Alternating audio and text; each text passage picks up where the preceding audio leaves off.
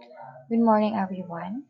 Today, I'm going to show you the semi-detailed lesson plan because my task is to make or craft a semi-detailed lesson plan about the agriculture. So, the topic that I choose in the agriculture based on the curriculum guide is all about the pamamaraan ng pagtatanim ng halaman. First, we must put the subject, the grade level, topic, and the time allotment. So the subject is the EPP. And the grade level, so I choose grade 4. Then the topic, what I choose is ang pamamaraan ng pagtatanim ng halaman. And the time allotment is 60 minutes. Next is the objectives or the layunin. Dito po sa objectives, ito po ay yung goal. Ito po ay yung sinet ng teacher na goal pagkatapos ng kanyang discussion o ng aralin. So, based again, the topic that I choose, the objectives is, o layunin is, pagkatapos ng aralin, ang mga mag-aaral ay inaasahang maipaliwanag ang iba't ibang pamamaraan ng pagtatanim ng halaman. Maipapakita ang wastong paraan ng pagtatanim ng halaman sa pamamagitan ng simpleng aktibidad at maipakita ang pagpapahalaga sa kalikasan sa pamamagitan ng pangangalaga sa mga tanim. Next is the content. Ang nakapaloob po dito sa content ay yung kung ano yung topic o topiko na naka-assign sa'yo o ginamit mo or yung i-discuss mo sa klase. Mga materyales na magagamit sa iyong discussion or diskusyon, mga references or kung saan mo kinuha yung mga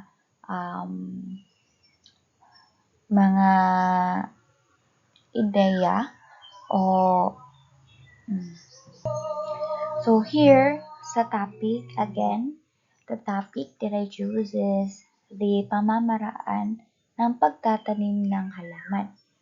Then, dito sa materials, ang mga materyales na magagamit or gagamitin ko sa loob ng 60 minutes ay mga larawan ng iba't ibang halaman, maliit na paso o recycled bottle, lupa, binhi o buto ng halaman, munggo, mustasa o kamatis, tabing or tubig, and the Manila paper, charts, and marker. The references or ang reference na kinuhanan ko ay ang Edukasyong Pantahanan at Pangkabuhayan Grade 4 Learners Module, Curriculum Guide in EPP Grade for Agriculture Component, and DepEd. So, these are the na nakapaloob dito po sa content, the topic, the materials to use, and the references. Ang susunod po sa content ay ang procedure. So, I use the 4A's. So, first is the activity or dito po yung motivation. The motivation the time that nagagamit as 10 minutes. So, the activity that I use is pictures. I show to the children or to my learners the pictures of the gulay, mga bulaklak. So, pinapakita ko sa mga mag-aaral ang ilang larawan ng mga halamang itinanim. Halimbawa, gulay at bulaklak. Pagkatapos, tanungin sila pagkatapos mong maipakita yung mga larawan ay nagbigay ako ng mga katanungan base sa larawan na ibinigay ko. Ang unang tanong ay, saan ninyo nakikita ang mga halamang ito? Pangalawang tanong, ano kaya ang mga paraan ng pagtatanim ng mga ito? Pagkatapos ng mga tanong, pagkatapos ng sagot ng mga estudyante, ay ipagawa ang isang simpleng aktibidad or group activity. Kapag nasagot na nila yung mga tanong na base sa mga larawan na ibinigay ko, magkakaroon sila ng aktibidad. So, ang aktibidad na binigay ko ay isang group activity. So, ang ginawa nila or ang gagawin nila ay bawat grupo ay magtatanim ng buto ng munggo sa maliit na paso o recycled bottle. So, recycled na bote. So, yan ang gagawin ng bawat grupo. So, magkakaroon ng angkatang gawain. May tatlong grupo. Ihati ko sila sa, pwede mo silang hatiin sa 3 grupo, 4 na grupo o 5 grupo. Tapos, ito po ang aktibidad na kanilang gagawin sa loob ng 10 minuto. So, ito po ang laman o ang unang gagawin dito po sa procedures or sa 4A's. Ito po. Pagkatapos po ng activity or ng motivation, ang susunod po doon ay ang analysis. Dito sa analysis o discussion, mayroon lamang pong 15 minutes. So, ang nakapaloob dito sa analysis dito po banda ay mga katanungan o ibinabahagi na po dito ng bawat grupo kung paano nila ginawa ang pagtatanim doon sa unang aktibidad, doon po sa motivation. Diba gumawa sila o tumanim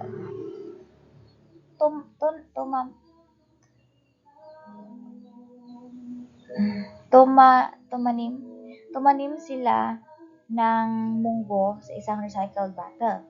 So, dito po sa analysis, dito na po nila ibinabahagi kung ano po yung mga paraan sa kanilang pagtatanim. Pagkatapos po doon ay magbibigay ng mga katanungan ang guro. So, narito ang mga katanungan na tatalakayin at sasagutin ng mga mag-aaral. Una, ano ang mga hakbang na inyong ginawa? Ito po, kung ano yung mga hakbang na ginawa ng mga mag-aaral sa pagtatanim nila.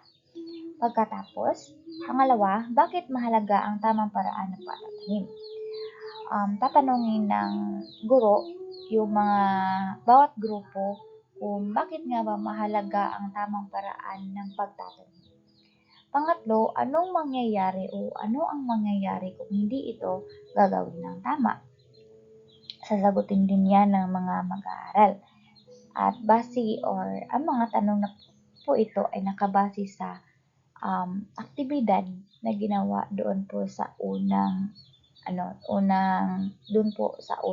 yung motivation or motivation. Ito po yung nakapaloob dito po sa analysis o diskusyon na meron lamang pong 15 minutes. Ito po banda ay binabahagi na po ng mga mag-aaral kung paano nila ginawa or paano sila naka-keep up dyan po sa kanilang output. Pagkatapos po ng analysis o diskusyon, ang susunod naman po ay ang abstraction or generalization na meron lamang pong 10 minuto. Dito po banda ay ibinabahagi na po ng guro ang konsepto o nilalaman. Kasi doon po sa analysis kanina, mga ideya lang po yun ng mga bata o mga estudyante kung paano nga ba nila ginawa ng tama ang yung pagtatanim. Dito po banda sa abstraction or generalizations ay ipinaliwanag o ibinigay na po o inilahad na ng guro ang mga konsepto or ang pamamaraan ng pagtatanim ng halaman. So, una, base po ito sa topic na pinili ko. First, paghahanda ng lupa. Ito po yung mga pamamaraan ng pagtatanim ng halaman. Una, paghahanda ng lupa. Linisin ang lupa at tanggalin ang mga bato, damo at dumi. Pangalawa, pagpili o tamang pagpili ng binhi o pananim. Piliin ang mga butong maganda ang kalidad at madaling tumubo. Pangatlo, pagtatanim ng buto. Ilagay ang buto sa tamang lalim ng lupa at takpan ito ng bahagya. Pang-apat, pagdidilig ng halaman. Diligan ng sapat na tubig araw-araw, huwag sobra o kulang. Kasi kapag sobra, ang tanim mo ay pwedeng hindi mabuhay kasi sobra yung tubig. Maaari silang lumutaw nga na. Pag tubo na yung halaman, hindi maganda kung sobra yung tubig na iniligay kasi maaari itong malata or unsa ba. Next, panglima ay ang pag-aalaga ng halaman. Tanggalin ang mga damo sa paligid, lagyan ng pataba at tiyaking may sapat na sikat ang araw. Pang-anim, pag-aani. Gawin sa tamang panahon upang masiguro ang magandang ani. So ito po ay yung mga pamamaraan ng pagtatanim ng halaman. Ibabahagi po ito ng guro sa klase. Mayroon lamang po ito 10 minuto. Dito po banda malalaman na ng mga bata or mga estudyante yung tamang way ng pagtatanim ng halaman.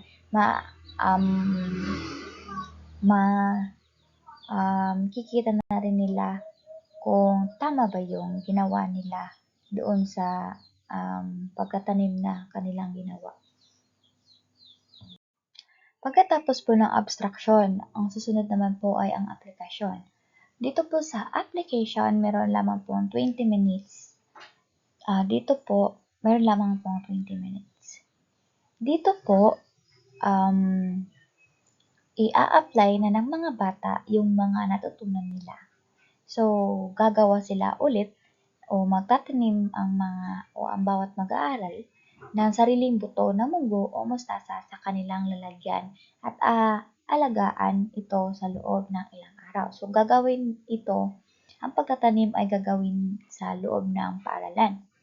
Pagkatapos, dadalhin nila o pwede itong ilagay sa labas ng silid-aralan at pagkalipas ng ilang araw o bawat araw ay obserbahan nila ito ng paulit-ulit kung paano ito lumago at pagkatapos niyan, hikayatin silang ipagpatuloy ang pagtatanim sa bahay bilang kontribusyon sa paggalang ng kalikasan. So dito po sa aplikasyon, dito na po i-apply ng mga bata ang kanilang mga natutunan at upang ma-appreciate nila ang yung tinalakay sa pagtanim at sa pagpatuloy ng pagtanim sa kanilang bahay.